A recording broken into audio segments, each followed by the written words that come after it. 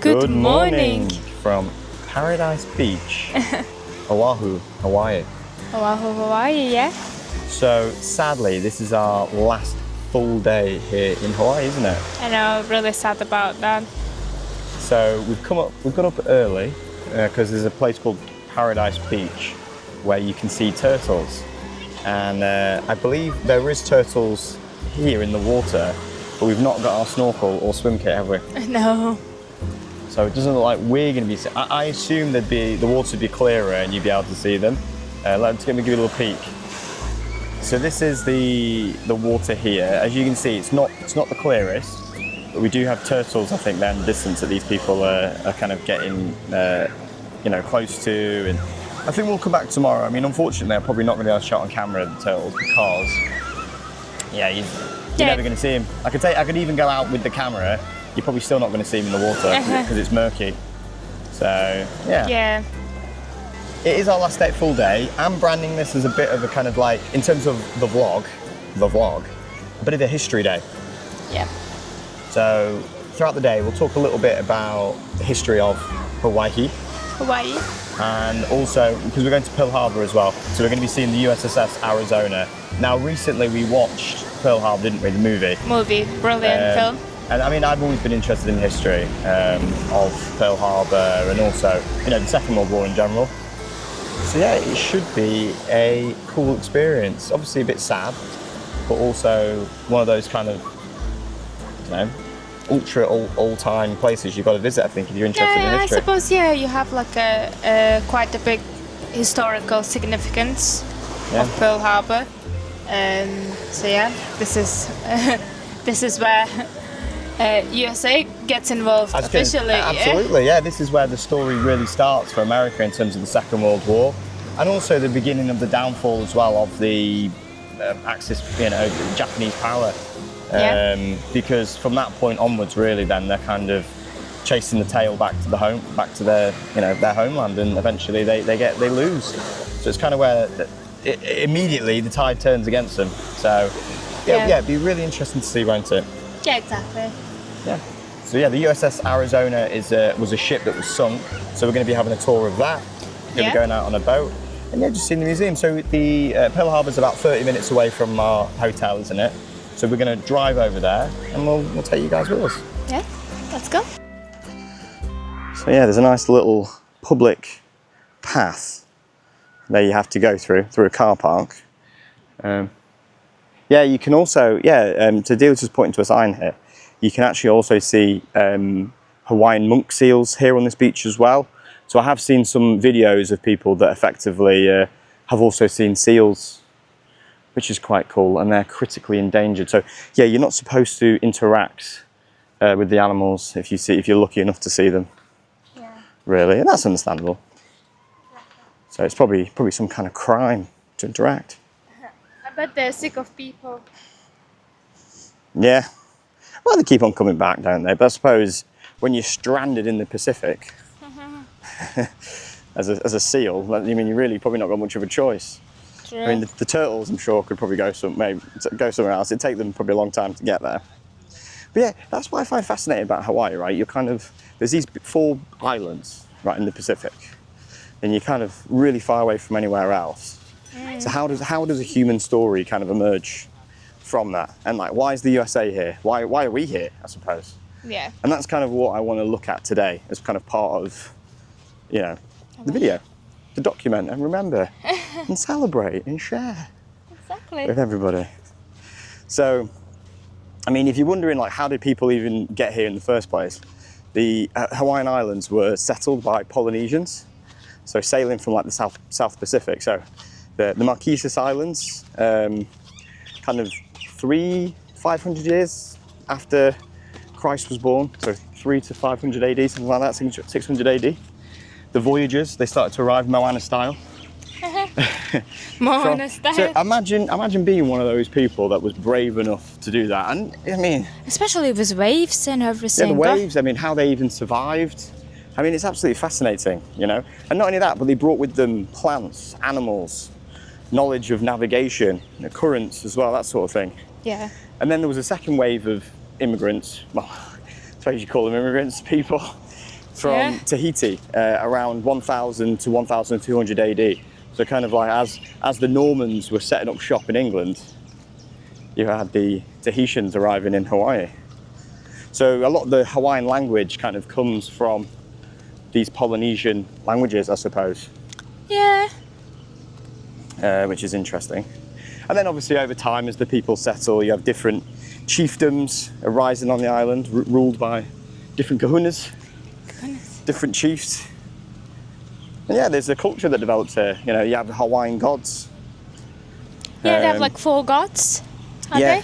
Well, I think there's thousands of gods, but I think But they're like main 4. Yeah, there's 4 main gods. You're right. They said this on Jurassic Park tour, didn't they? Yeah. They've got 4 main gods, but I think she actually said there's up to 30,000 gods in Hawaii, old Hawaiian culture. So you do have a kind of a complete variation of. So basically, whatever you're into in life. Exactly. You've got a god for it. So, I got a wet foot at the beach. So I need to go and change my shoes and my socks. But then we're going to be hopping in our Cinders, our Mustang, aren't we? Our lovely red Mustang. And going over to Pearl Harbor. Yeah. Yeah, just got to get back to the hotel.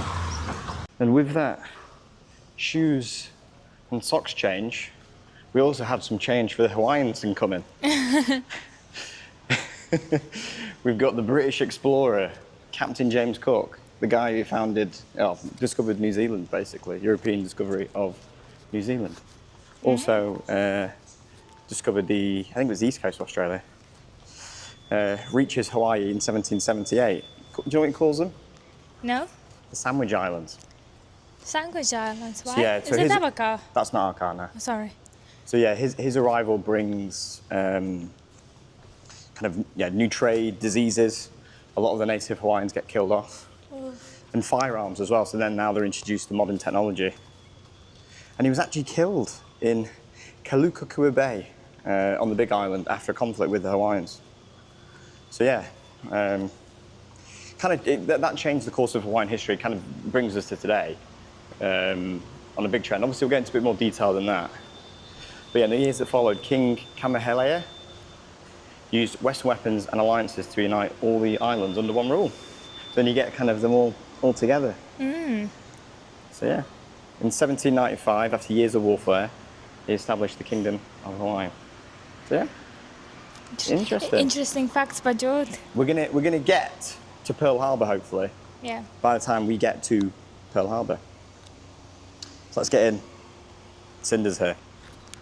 We had European contact. James Cook arrived, but there is actually then a deepened relationship, more interestingly, with England and Britain. So if you actually see the Hawaiian flag, there's actually a Union Jack in the flag.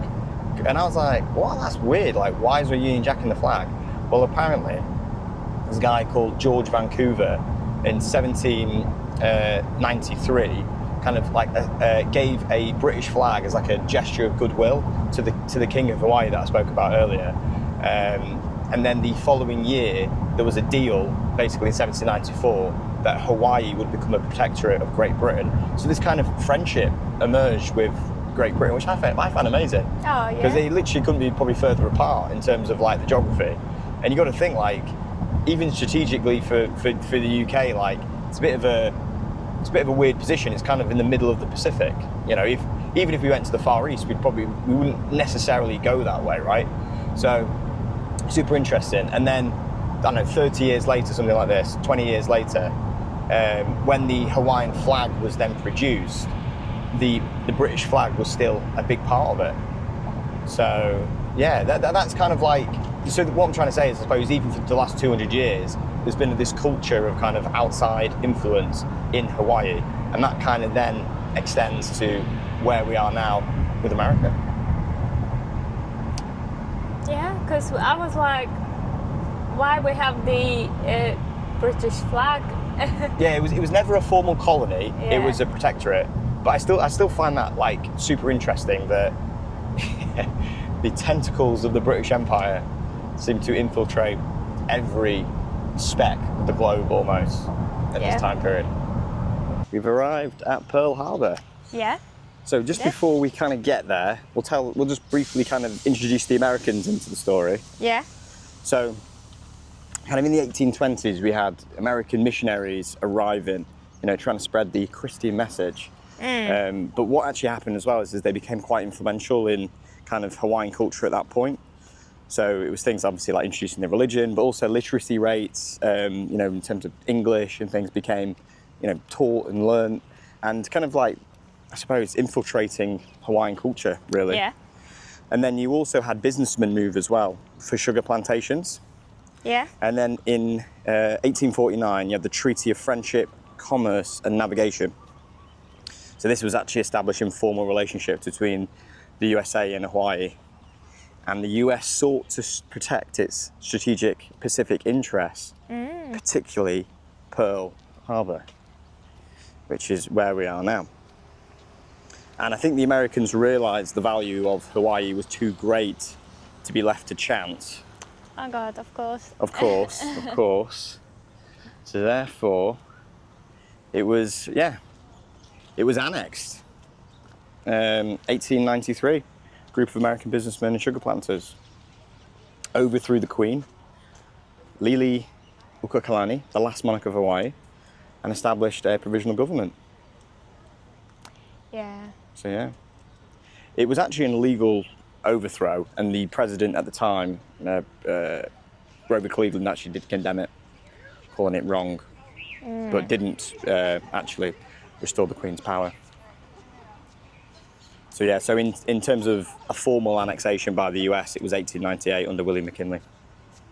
Yeah, it has been quite long then. So yeah, and it's been a US territory since 1900. Wow. And then in 1959, it officially became the 50th state of America.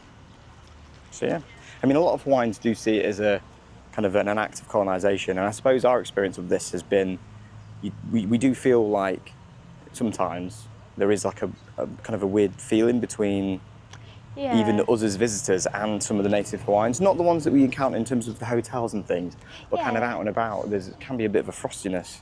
Oh, exactly. And I don't know if that's the reason. It could be the reason, because even like our experience outside of hotel has been a bit weird, people calling us, oh, you're a visitor. Yeah, you're a visitor, like, being a bit, nasty about it, but now we did see like a couple of graffitis, like, as well. People being unhappy about, America coming to Hawaii. I mean, and I think it's well understood as well that a lot of native Hawaiians don't like the US. There's a lot of flies, isn't there, around here? We keep on kicking off the flies. Getting bitten. But I suppose that's the story as well with the British Empire, any kind of empire. But you're from Uzbekistan, aren't you? You're from a Soviet Union state. As I said, like, and you said it doesn't really exist in the Soviet, in Uzbekistan, that type of feeling. Not really, and considering we've been only independent just over 30 years now, so it hasn't been that long, but like some people think positive about being part of USSR, some people feel negative. I guess like it depends what was your lifestyle like, because some people live decent life and they do like the Soviet regime, but now we just moved on and we like, we sort of friends and everything. Buddies. Yeah, I mean, it has like, it's not like our identity was like completely disappeared. We restored like, Uzbekistan's identity. It's quite, Uzbek, culturally, we are Uzbek. But I think, has like good things as well. We can speak Russian language, we more civilized, I suppose. Yeah. So yeah. Well, that's it, I suppose. It had like bad things as well, like basically getting used and abused, but it's history. You learn from it, well, that's it. And you just move on. Yeah, the Western powers have brought civilization here, haven't they? Yeah. Really, they're driving cars and enjoying democracy, I suppose, in a way. So yeah, there's pros and cons that come with it. But we're here at Pearl Harbor. Yeah. excited to go in. So it looks like you're going through here. It's free entry, which is good. There is like a visitor centre. I think there is some paid experiences. We are doing the USS Arizona, aren't we? Which was $1 to book online. I think that's just more to make sure that you're committed to doing it. Yeah. You know, you're kind of putting your money where your mouth is, I suppose. Just $1. So yeah, let's go in.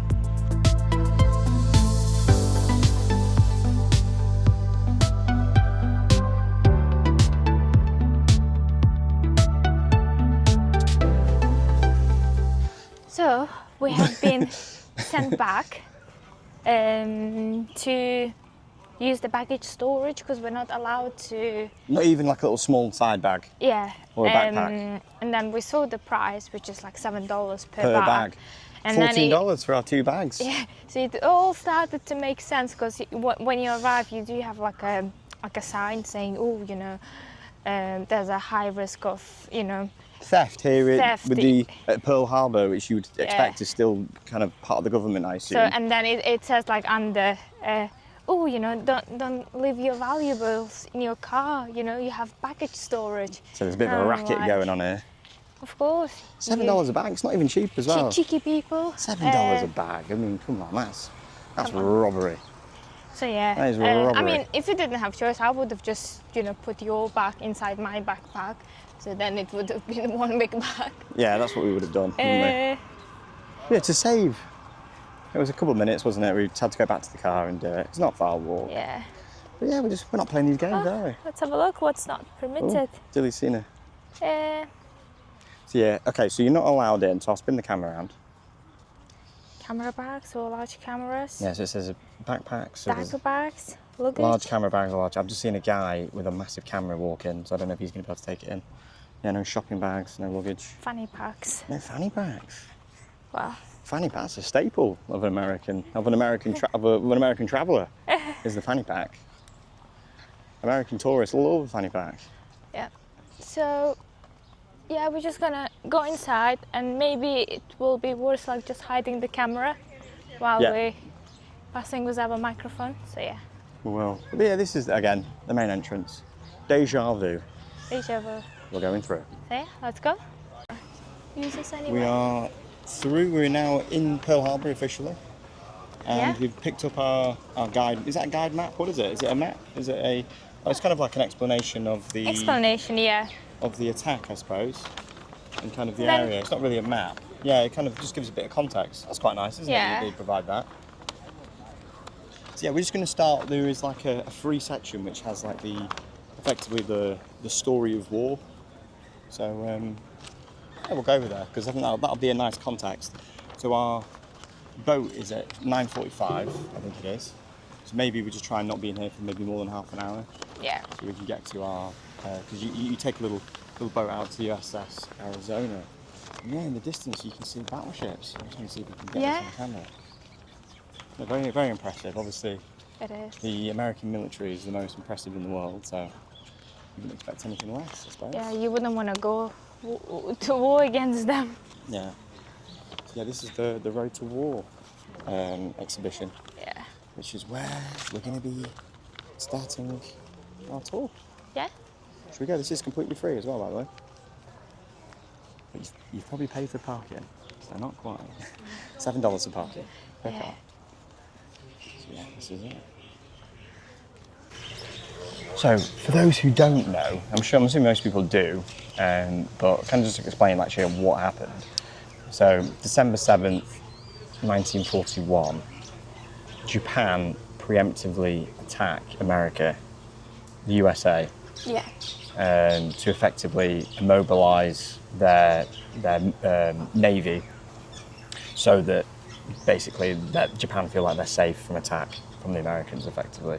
Just a bit of details about the attack.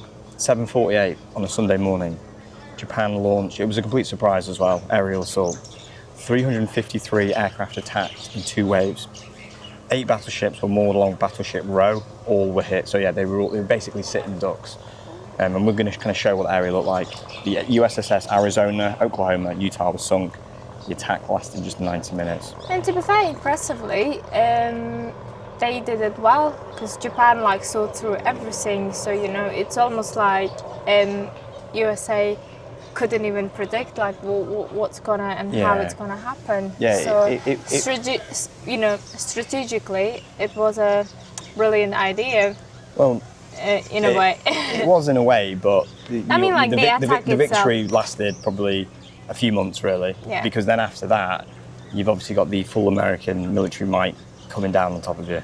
So it was a well executed attack, but it was a disaster, really, because it was the end of the Japanese Empire. So yeah, they awakened the lion. Yeah, you don't do that to America. You're not gonna win.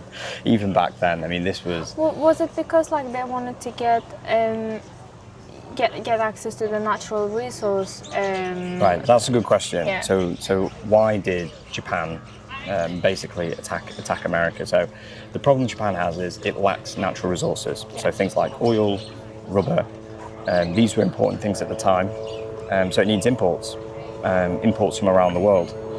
And effectively, to preempt this, they knew they wanted to grow their empire. They invaded places like Manchuria, China, basically to get access to more resources, effectively. So Manchuria provided iron and coal. China, they got land.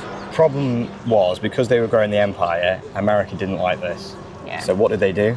They imposed sanctions. Yeah, which wasn't great for Japan because they were expanding their empire in the east, and obviously Nazi, they were expanding their empire in the west. So it's kind of like there's a mirror, and that's why the Japanese and the Germans found, I suppose, commonality there. Yeah. So the US froze Japanese assets. They stopped exporting oil, steel, aviation fuel to Japan. So a lot of the oil did come from America. This was catastrophic. 80% of Japan's imports actually came from America in terms of oil. Yeah. So without it, their economy would completely crash, and their war effort would completely crash as well. So they felt like they were being strangled into submission. Strangled by USA with their sanctions. Yeah. So one Japanese admiral said, we felt like our lungs were being slowly closed in on us. Yeah. So they faced a choice, withdraw from China, negotiate with the US, or try to take over the. Or the alternative, show America, basically remove America's power to have power over Japan. Yeah. So they seized oil fields in Dutch Indonesia and rubber in British Malaya, but Pearl Harbor was always going to be a problem in that part of the world for them. It's a because military base. Of the US back then. And obviously, I suppose allies of the British could use it as well. So yeah, not good for Japan. Not good, yeah.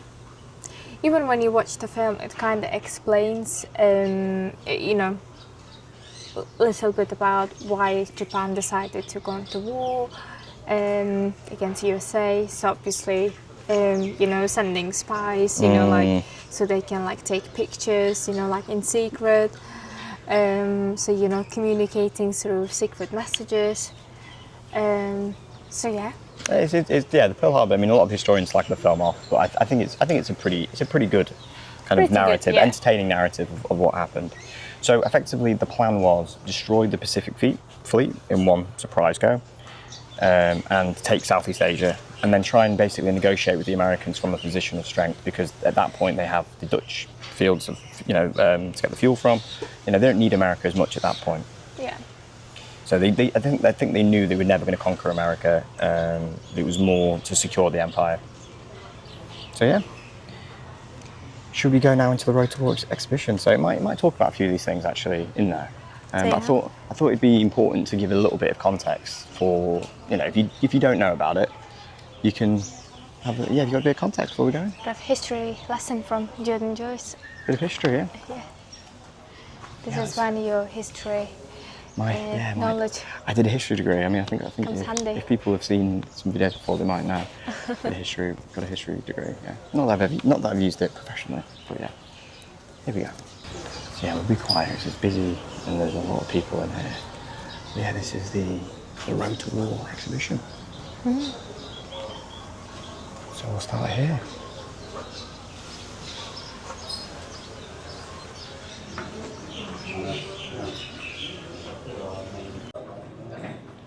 So they have a map in here. So you can see where the Hawaiian Islands are in relation to Japan there.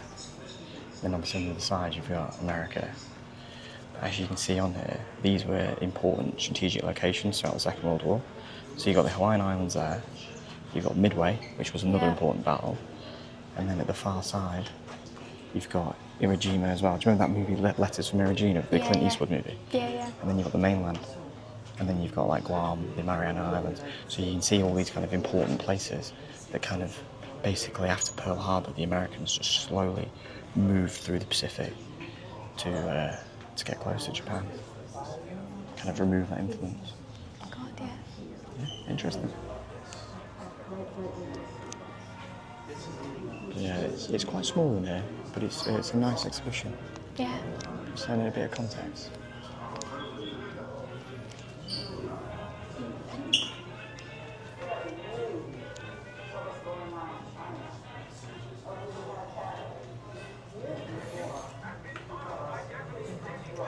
Yeah, talking about life at home, how a lot of the Americans wanted to stay out of the war. Some did want to get involved. Yeah.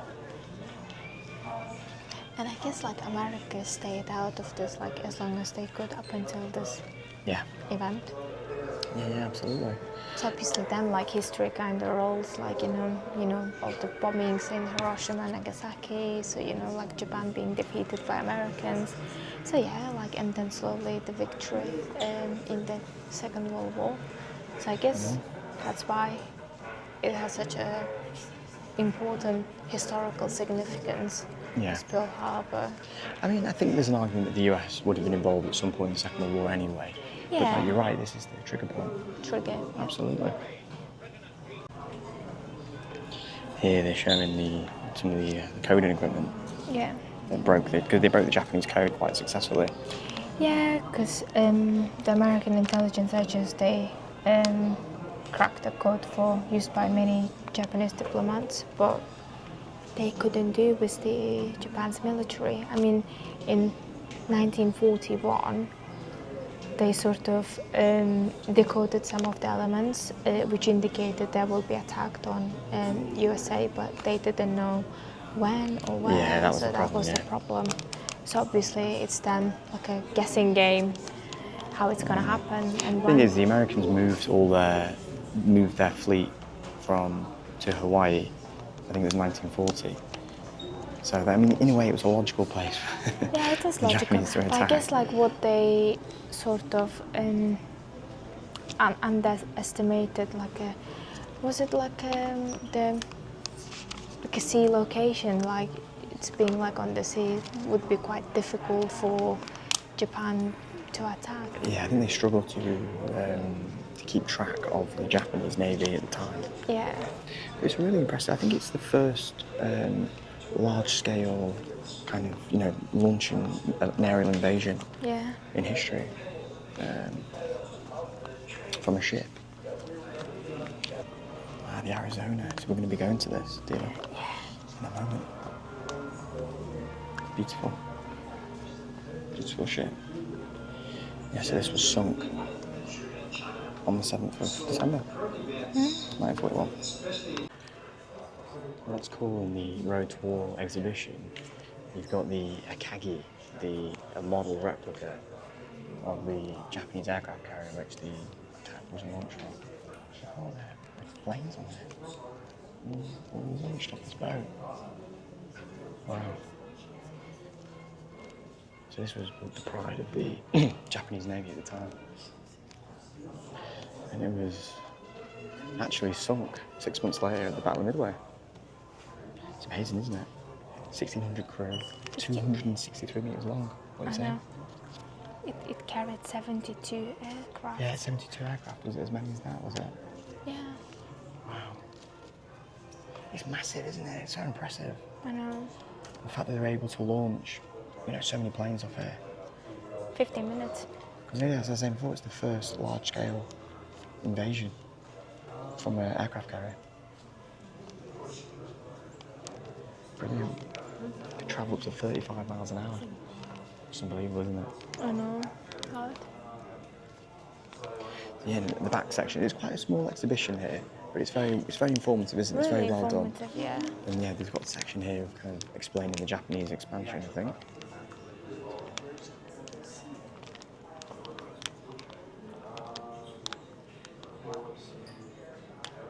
So yeah, and just talking about here, they considered the US Pacific Fleet as the main threat to their southern operations against Malaya, with the British Malaya, the Philippines and the Netherlands, East Indies. This was the oil fields I was talking about before. And the destruction of aircraft carriers and battleships at Pearl Harbor would prevent a swift counterattack. I don't think it's fair to say the Americans would have attacked at that point, but this is Tojo, who was the Prime Minister at the time. He recalled, to protect and defend the nation and clear the obstacles that stood in its path. A decisive appeal to arms was made. So that's kind of the justification from their side. So yeah, it's just talking about some of these battles I was talking about before. Yeah. You've got Midway, Wake Island, and then Iwo Jima. It's not really explained on there, but it's over there as well. Yeah. Interesting. So yeah, to do this point. So from my understanding, they wanted to attack Hawaii Island, sort of to put USA in sort of distress and shock. So then afterwards they can negotiate like Yeah, peace. exactly. Yeah. So they're like, you know, if we come to peace, like we will leave and sort of. Yeah, absolutely. I think that's the prevailing kind of orthodoxy on it. I mean, obviously, the thing is with history, right, is people disagree about things now why things happen. Yeah. You know, there's different narratives, there's different versions of events as to kind of, you know, things that obviously happened 80 years ago, 2,000 years ago. A lot of historians don't really know 100% what happened. Yeah. It's putting together the information based on the best evidence. But yeah, that seems to be what the thought process was, truly. Probably, yeah. Yeah. So have you got the time, dear Fruit? Have you got the time, babe? Yeah. What's the time? Oh no, sorry. Time is now. I'd suggest let's go and get in the... Well, we can spend another couple of minutes, I think, and then we'll go and get in the line. I finished reading USS anyway. Arizona. Did you read this part? Just this part left now. Yeah, let's read this and then we'll go out. Yeah. So yeah, we're coming out the Road to War exhibition now, and what's really sad is you've got a message here from President Roosevelt to the Emperor of Japan, basically saying that, you know, they have shared objectives, you know, let's have peace.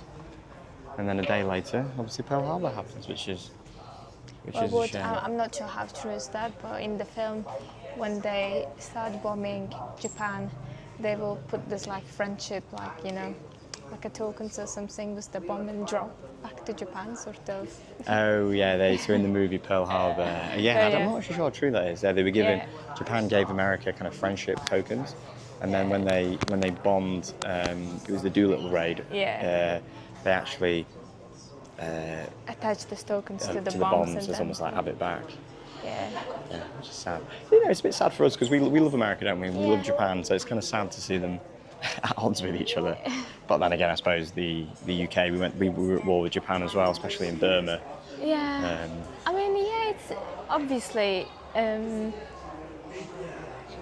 know, it's sad that, you know, in history all those countries were in conflict. But yeah, now we are in peace, and you will see, you know, we saw so many Japanese tourists in this part of the world. And the as interesting well. thing is, even back then, 40% of the population of Hawaii were Japanese.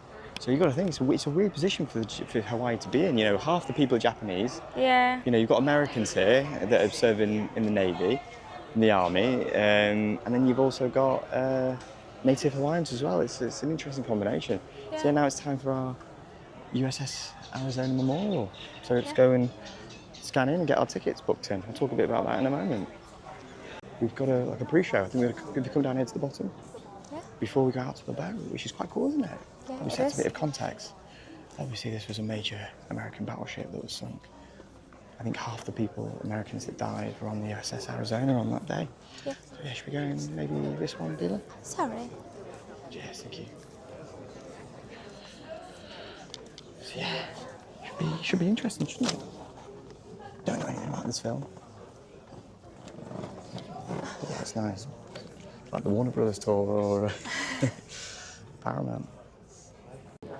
So it wasn't a film, it was more kind of a briefing, wasn't it? A bit of an overview of what happened on that day. And yeah, just talking about being respectful. So we won't be talking when we get there. We can film, but we'll talk more when we get back. You're not allowed to film here. Yeah, don't do.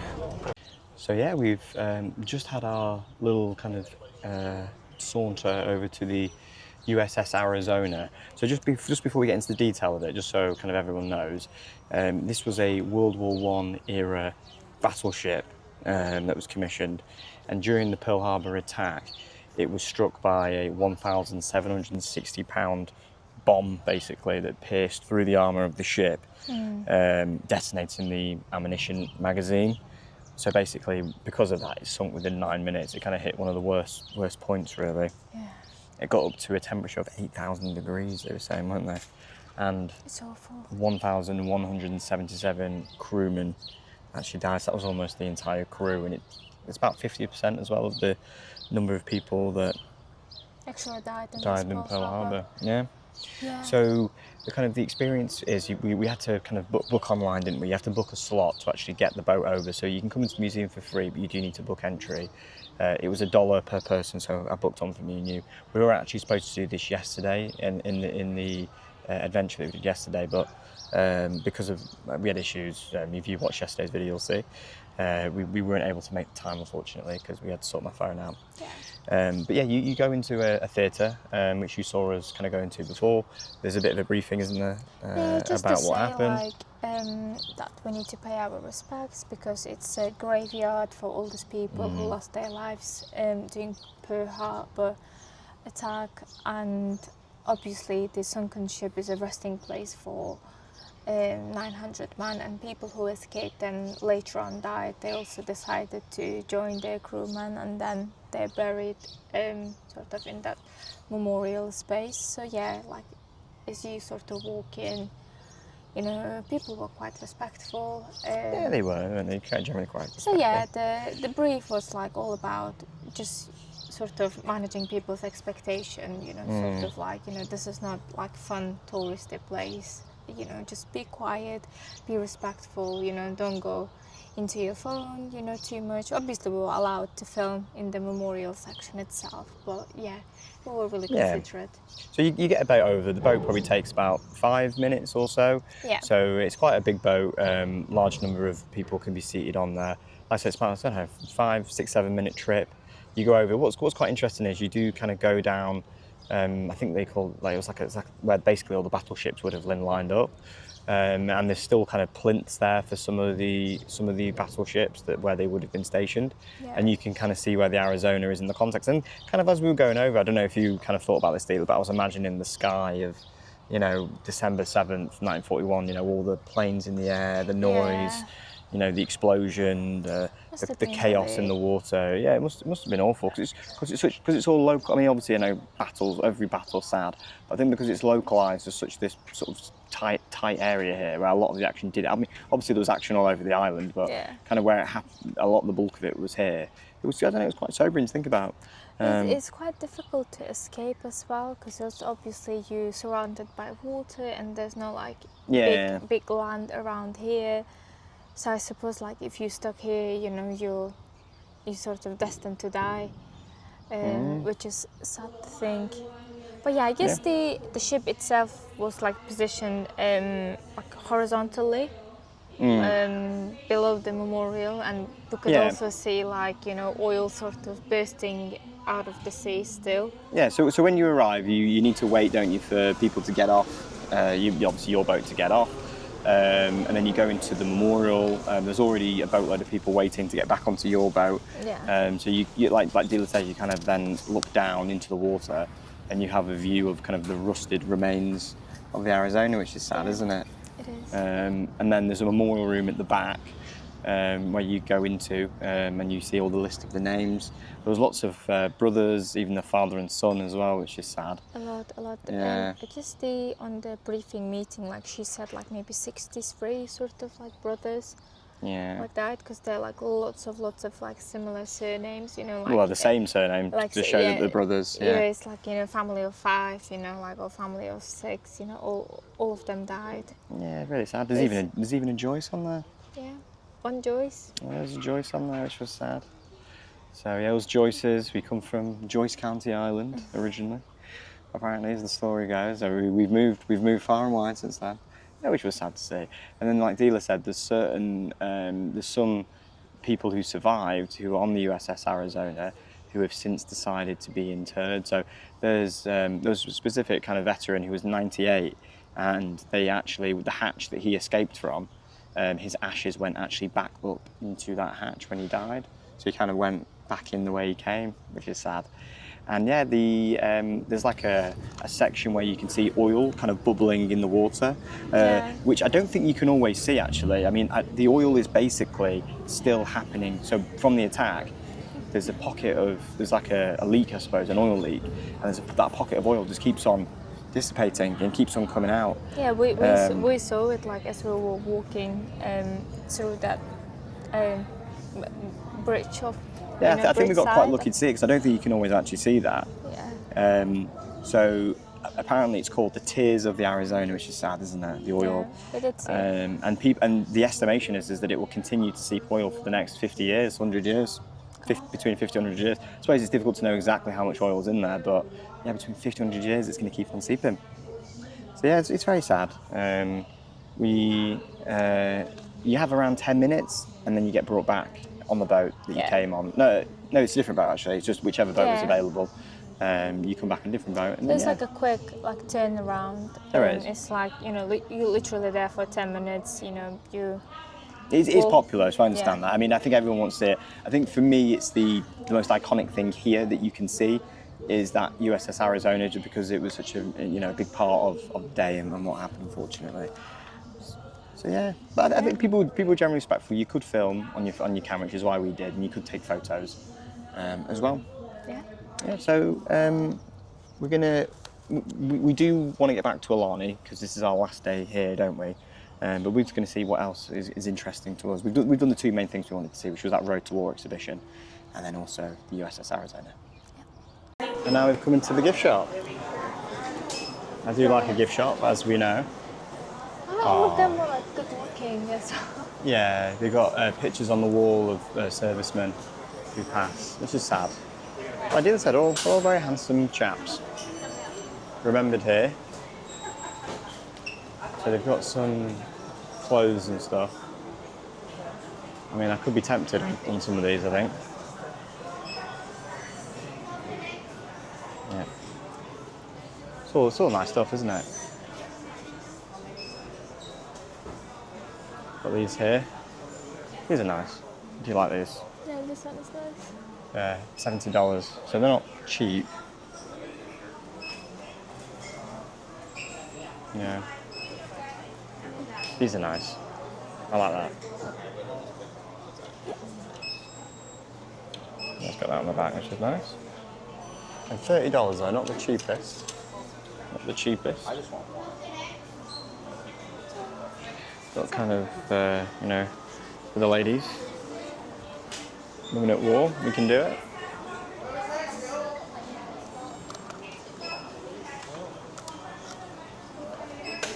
These baseballs used to be really popular as a souvenir. I used to collect them. At one point I had about 25, so I think Joe's got them now, I think. Yeah. But I can't find them, any of mine. Yeah, I think they don't do it as much now, which is a shame.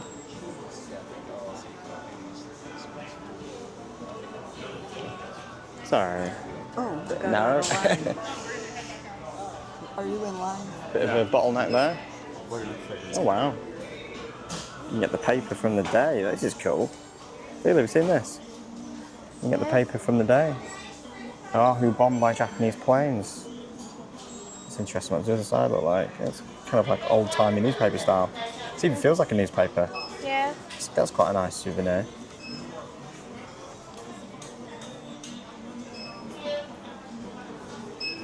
A lot of clothes. It's all nice stuff though. Got caps as well.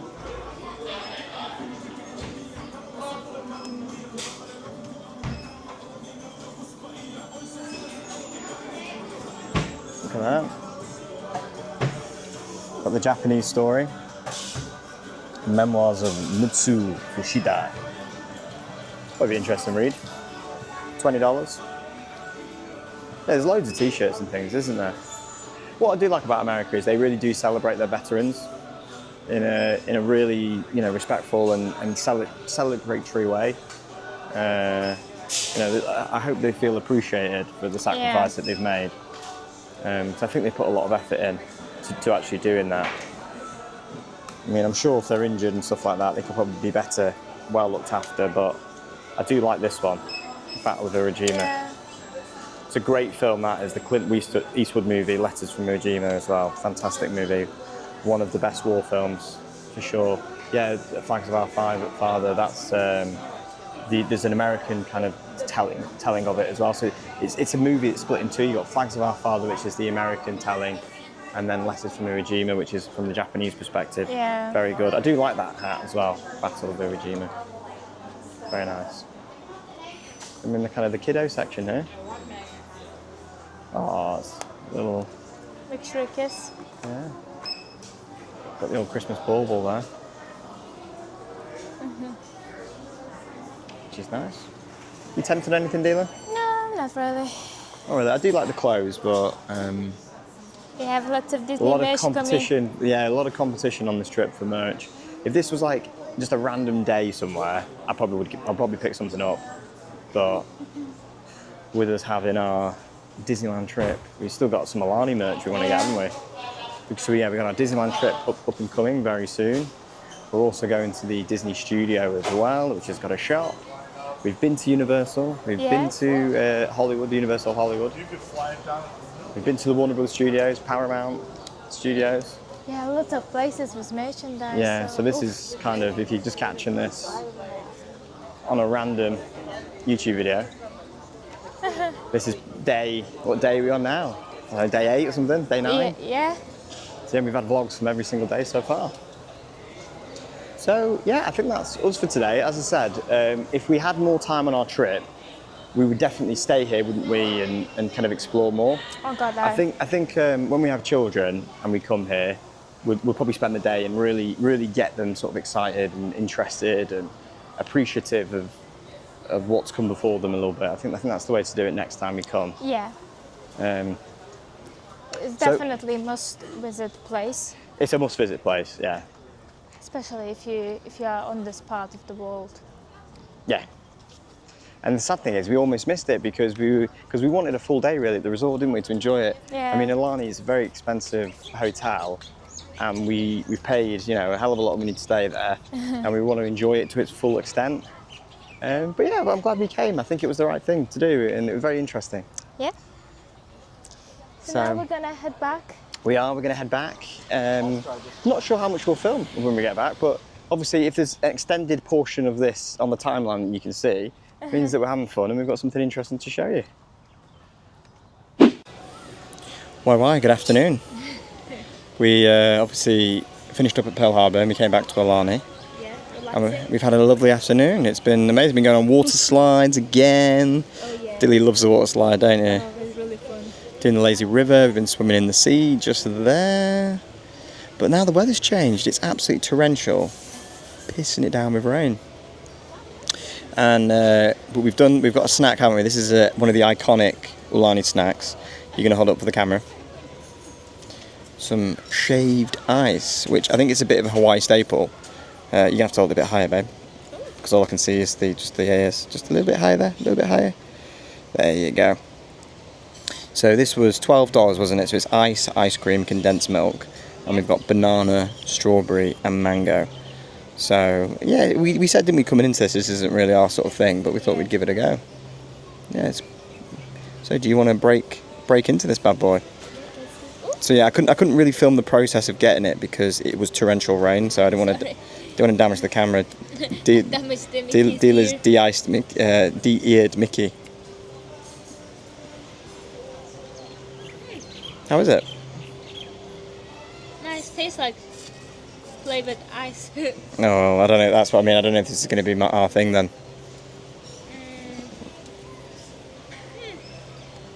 Would you get it? Nice. Would you get it again? Probably not. Yeah. Just being honest. Yeah, dealer said it's like flavoured ice. Sorry, we've only got one microphone at the moment. Because we're down by the pool. You want to try? Let me try. She's just feeding me now. Yeah. Right to say? Yeah, it just tastes like flavoured ice. I think it probably looks better than it is. Yeah, because people were saying, oh, try, it's the best thing. They have got Dole Whips here. They've also got Mickey because it is a Disney resort. You do get the kind of the Disney items, the Dole Whips, you know, your Mickey Premium Barbs, that sort of thing. I mean, this one would probably go well when it's super hot. It's like, you know, really refreshing. Yeah, it's cool you down. But yeah, should we get tucked in? So we finished our shaved ice, which actually got better as it went on, didn't it? Once you got stuck into the ice cream and the ice had melted a little bit, it was actually quite nice. And if you're wondering why this is such a weird camera angle, it's because it's wet and cold. Yeah, I'm cold. And Deela's hanging on for dear life to me because she's freezing cold. For me. So it's fair, I would get it again. I feel a bit harsh. I think the worst bit was just the icy bit at the beginning. Once it melted a little bit, it got stuck in with the ice cream. Yeah, it's nice. It was nice. So we're sheltered opposite the Papalua Shave Ice and Mama's Snack Shop. So this was actually where we ordered the shaved ice from before. Like I said, I don't want to go too far out because I don't want to get the camera super wet. So yeah, that's kind of where you order it from. We got Mickey shaved ice, and they make it right there in front of you, which is quite nice. And then now we're going to get kind of like a bit of an early meal, like early evening meal from Mama's Snack Shop, because we've seen some coconut breaded shrimp that we like the look of. So Dilly's probably imploring me now to get over there and get it ordered. Should we go over? Yeah, let's go. Let's go. Just trying to protect the camera. If it gets a bit too wet, I might have to just turn it off. So yeah, this is it. It's just like a little area here. So yeah, you've got fish and chips, coconut, longboard lager crusted. Ooh, that sounds quite nice, doesn't it? Ooh, might have to get that for lunch tomorrow before we leave. Oh no sandwich, oh no fish, coconut breaded jumbo, butterflied shrimp and French fries, chicken fingers. Yep. So yeah, someone's beat us to the punch. It's quite a simple snack shop though, to be honest. Isn't nothing too crazy. So we order here and pick up here, and there's some shenanigans going on in the back there, and you got all the different sauces. But yeah, there's Dilly. She's cold. Yeah, we're going to take this back to the room, aren't we? Eee, there she is. So yeah, we picked up the food and we brought it back to the room. As we said, Deal's feeling a bit cold, so we're indoors here. It's not too messy actually. This is our lovely room. And then yeah, we've got our coconut breaded shrimp. We've got some selection of sauces. Dilly asked for some extra tartare, didn't you? We've got like a nice sweet chilli here, and also some barbecue. Yeah, all these big Denny shrimp. Yeah. So I've seen people eating this. It looks quite nice. Fries are good. Tastes a little bit like chippy chips, really. Yeah. In like a fry format. It's quite nice. Tastes more like chippy to me. Are we going to test a prawn on camera? See if it's any good. So I'm going to go for a little mini one there. Ooh, there we go.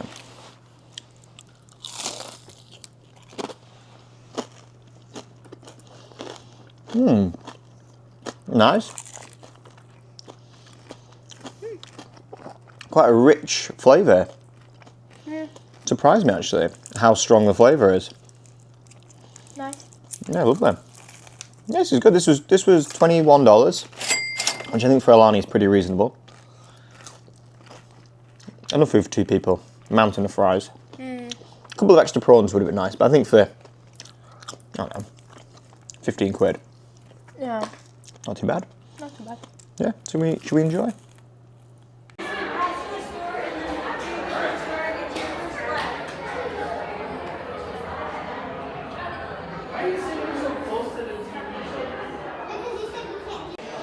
that time of the trip.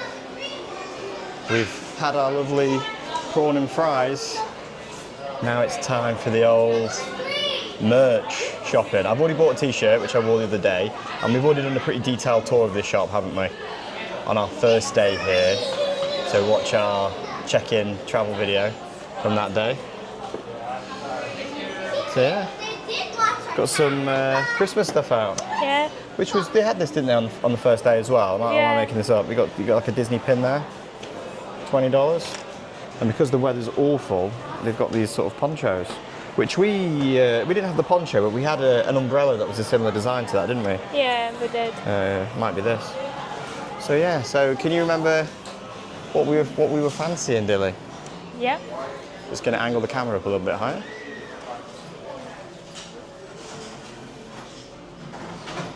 Where's she taking me?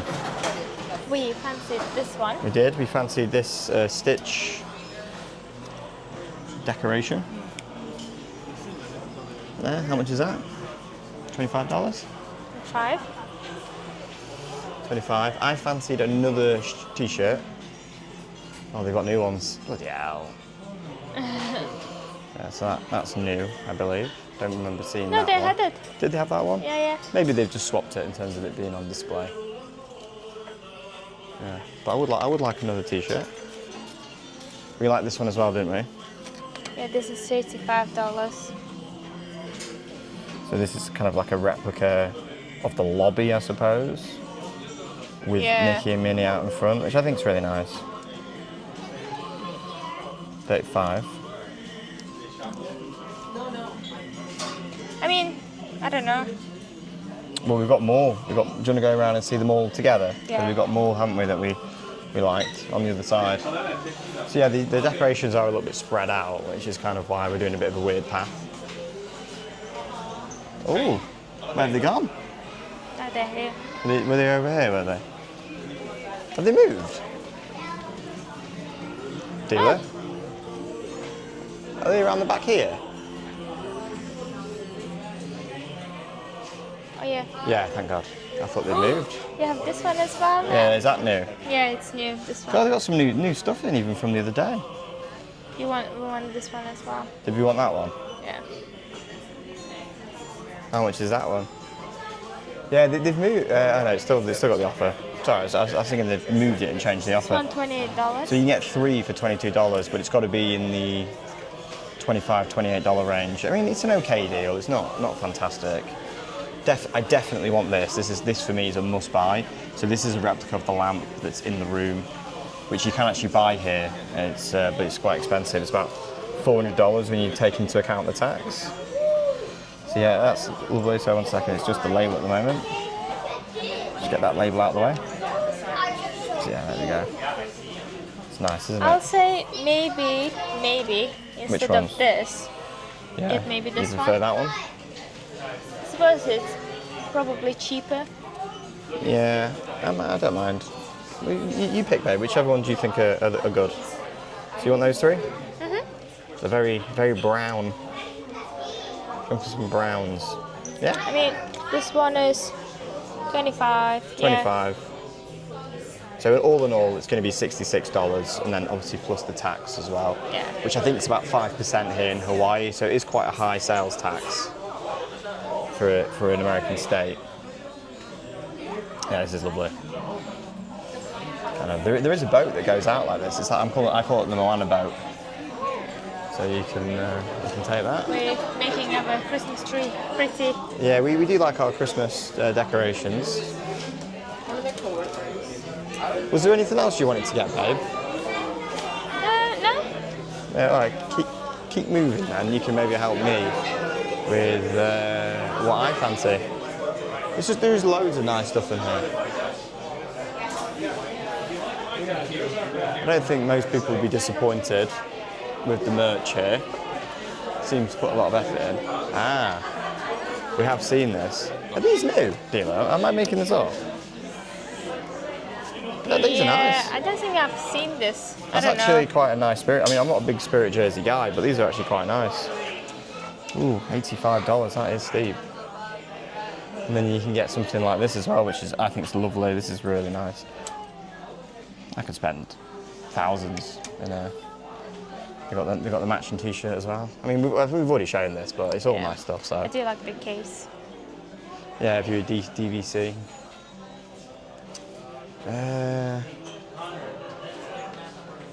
So what I wanted was probably. Do I want another T-shirt? Do I want another T-shirt? I do like this one. It's got a nice sort of simple print on the back. And I also liked this one as well. You want to show it, dealer? Hands up. Sorry, babe. Yeah, that's kind of the front, which is quite a basic tee, really. And then you got that on the back. Would you wear any of these, or not really? Would you want to share one? I could probably wear maybe this one. So do you want to get another shirt? Or you're not that bothered? I'm not bothered with t-shirt, to be honest, because I do have quite a lot of t-shirts. I do like this one.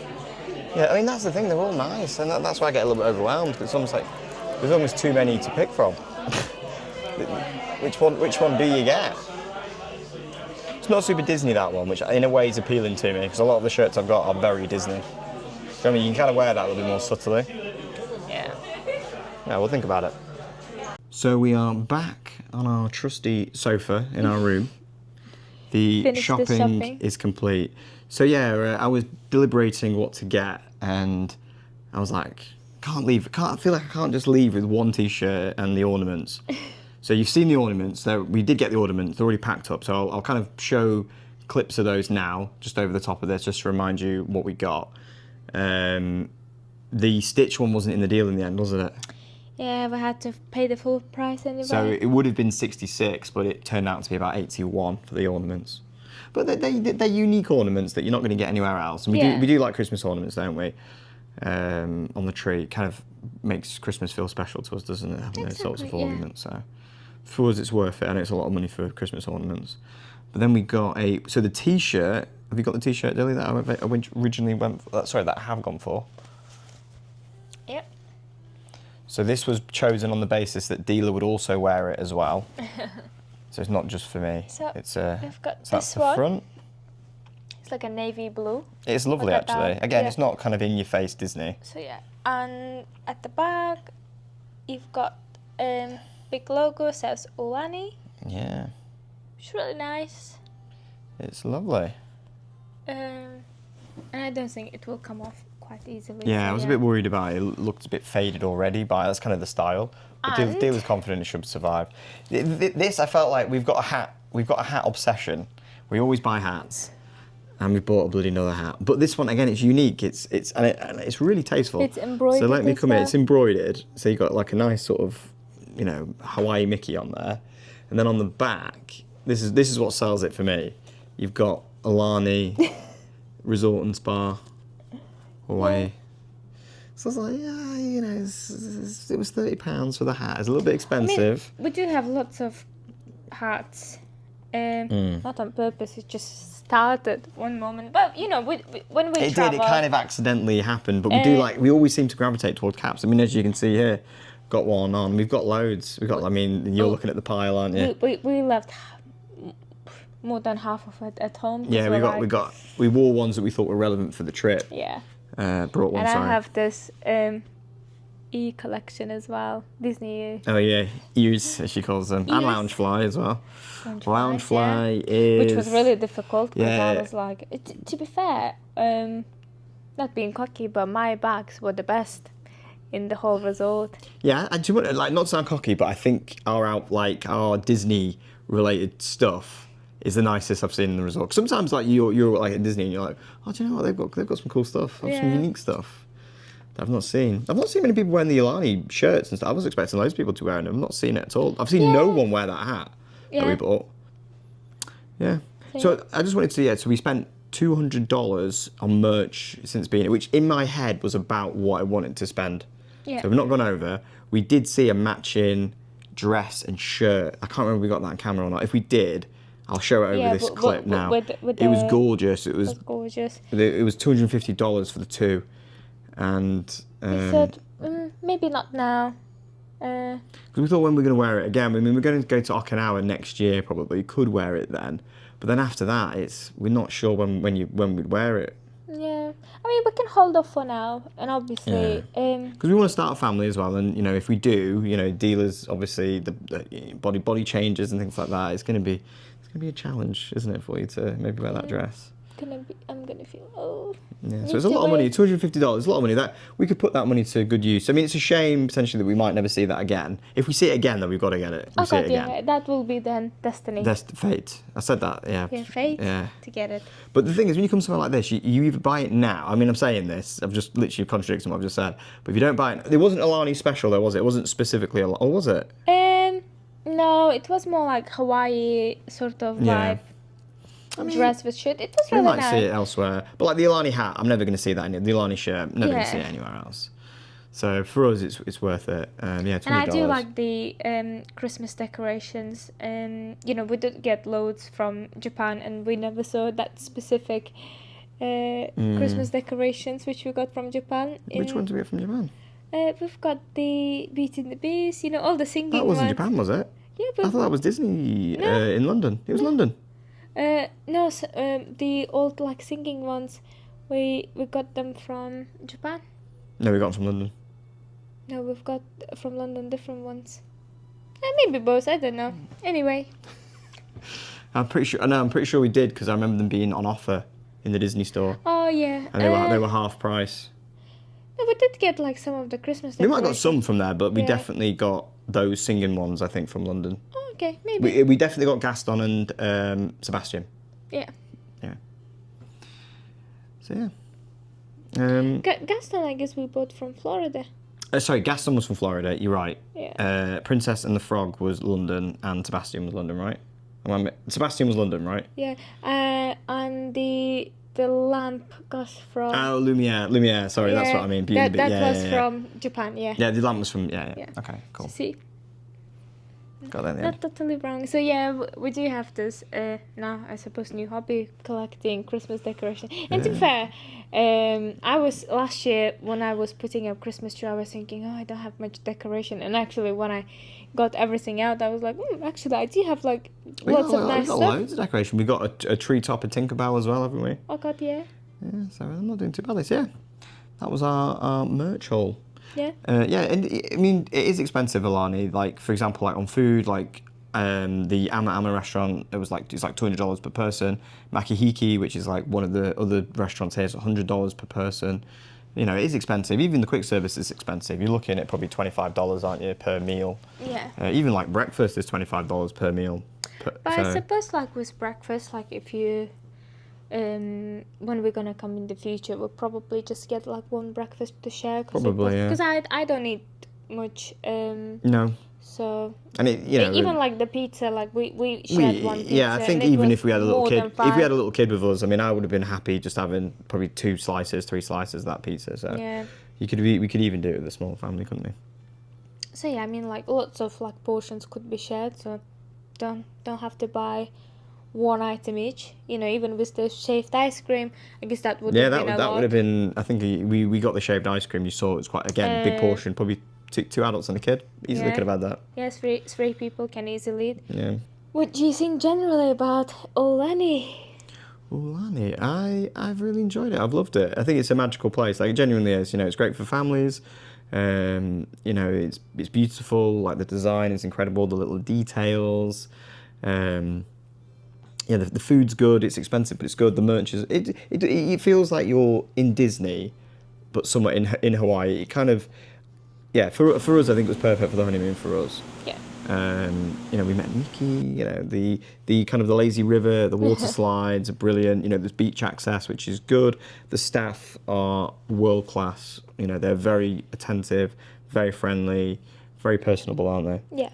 I've been impressed. The room is magnificent as well. We gave a room tour when we checked in. The room's brilliant. It's massive. It's beautifully appointed. Not got a bad thing to say about the room at all. Yeah, and probably same for me in terms of Service, has been world class, as always. Disney has good service. Been really impressed with the beauty of the resort. Everything has been thought through, like little decorations, little the things that you wouldn't necessarily notice, but if you sort of look at some of the things, for example, when we're doing wood slides, we noticed some of the rocks, they had a lizards, I mean, it's not really obvious. You've got to look for it, because we went on the water slide as well, probably 6 or 7 times before we really noticed some of the animals. So. But it's really things like that is really are really magical, and really just enjoyed the room. It's really big, enough space. Everything, the furniture is nice, TV is nice, everything is nice, really. Yeah. The big downsides for me is there is not enough nighttime entertainment if you don't want to pay for because it's very expensive. Like the luau it looks amazing, but it's like $150 per person. And we said we'd rather do the Amma experience than spend that kind of money on the luau. So that's what we did. But in the evenings, if you look at the agenda, so they do an agenda for the day. I'll show you kind of an overview of what it looks like. I can get a clip of it. But if you look at all the more, it's premium experience, like stargazing, premium experience, character drawing or whatever, premium experience. So everything is create your own Mickey. It's premium experience. It's so you got to. It's all it's the constant extras that you feel like you have to pay to enjoy the resort, which I think is a real shame. I get there's going to be some things that you got to pay extra for, but I think something like stargazing is a bit cheap. It's cheap to expect. When you're spending, stars about $800 a night on a room. It's cheap. I mean, we didn't spend that, but there's people here that are spending $3,000 a night on a room, on a 3-bedroom villa, at least. It's not like we're asking for massive entertainment. I guess what would have been nice, I don't know, maybe put some movie on a projector in the evening, or just have some there's loads of space. Live music. Live music. You can live Hawaiian music you can go and listen to, or something like that. Something that everyone can enjoy. It doesn't have to be a nighttime spectacular. I think they could do a little projection show on the building. Movie nights. Movie night. Yeah, nice. A little projection show to music. I think would be nice. Maybe a minute or two of fireworks would be nice as well. Even if it's just once a week or something like that. There's a hotel down the road. Well, I say down the road in Honolulu that does it every Friday. It's famous. For me, that's Disney. You could do a little bit of something. Yeah. And everything seems to be extra. And everything's expensive. I mean, there is a few free things. Don't get me wrong. There's a few free ones.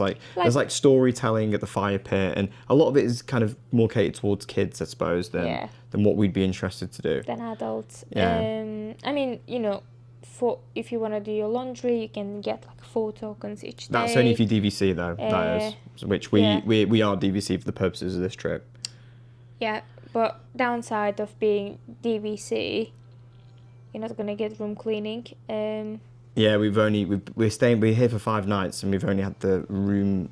It wasn't clean. It was just they changed the towels and took out the rubbish, which again is cheap in my opinion when you're spending a lot of money per night on a room. Apparently they do a proper cleaning after a week, which I think that's a bit long. I mean, we are tidy people, but I guess when you want to enjoy your holiday, you don't want to be spending time cleaning your room. But we've had a great time. I want to come back here, especially. I'd wait until I think we have children before we come back, right? Yeah. I'd love to bring young kids here. I think it'd be amazing. We'd probably do really more of the luau and more of the kid kind of related experiences then. Which would be cool. But yeah, I think we've probably spent, if I had to guess, probably about $4,000 on this experience. So it's getting on for $1,000 a day. Is it good value for money? Probably no, would be my honest answer. Probably no, yeah. It's very expensive. So I think if you wanted to come here, if you love Disney like we do, if you love the Hawaiian vibe, if you love kind of just being part of a Disney experience, it's probably worth the money to you. But would I recommend this? I think I would recommend it. Yeah, I think I would it's recommend it, but I recommended. don't think it's good value for money in a way.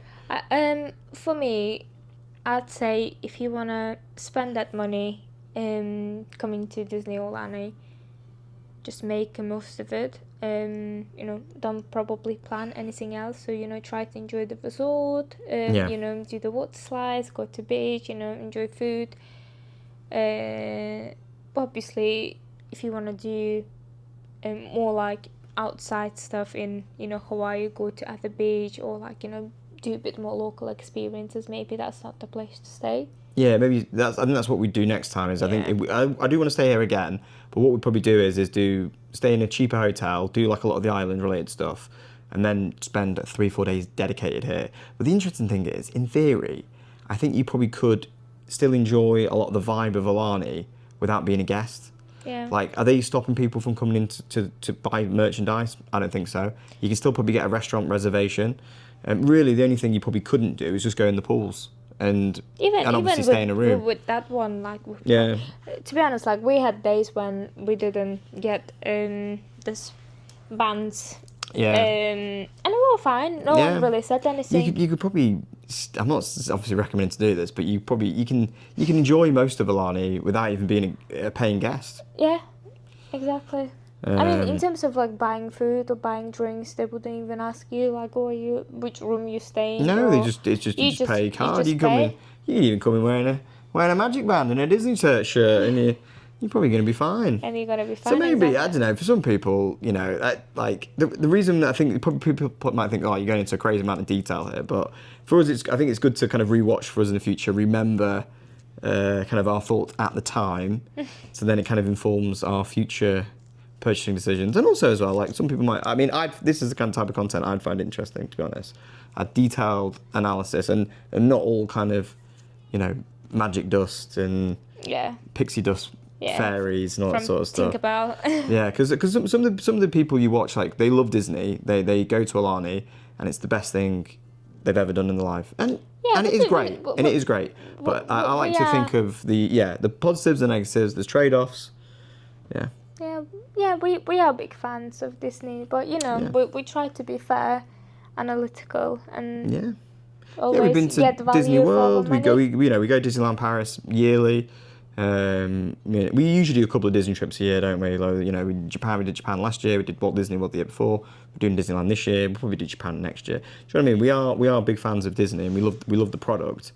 But at the same time, there's good and bad. Yeah, it's good and bad. So yeah, that's it for today. So yeah, it's been a bit of a weird one because the first half was Pearl Harbor and historical, and the second half is very kind of Disney focused. But that's kind of that works for us, doesn't it? That's a good day in our book. Yeah, it's been so really good. What was your highlight of the day?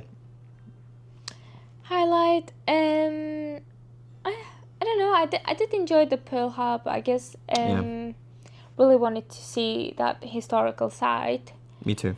But also I did enjoy going down the water This is slides. the thing, right? Like, you guys won't be seeing any of this, but like doing the lazy river, doing the water slides, we had a lot of fun, didn't we? Yeah, it was really fun. Yeah, just like we've done probably water slides like 3 or 4 times each. Yeah, there's like a one where you go down with no inflatable, and it's like a dark tunnel. Really fast. And the first time we went on it, I thought this is gonna be tame, right? There's loads of kids going on this, and it's not crazy, but it's fast. Really especially fast. If you lift your legs up and kind of just go like just on your back, if that makes sense. You fly down. And the hilarious thing was, and I don't want to forget this is why I'm talking about it, is I go first, I come out the tunnel, so I'm waiting for Deela to come out the slide. And she's screaming the whole way down. She's screaming. She's the only person I've heard screaming the whole way down, even little kids. She comes out, she's like a dead body coming out the tube. She smashes into the water, and she soaks the lifeguard, who is kind of like probably 3-4 meters back. No one else has even got close to touching him. He was like a tsunami, a wave hit him. Honest, he was drenched from Deela going down. It was so funny. And you didn't even ask him like. I said to him, mate, how often do you get wet from people coming down the slide? And he was like, yeah, not that often. Just the way he said it, he was like, not that often. Like, you've soaked me. Because he even smirked when he got hit. He got hit by the water, and I was looking at him, and he smirked like, "Oh, you've got me here."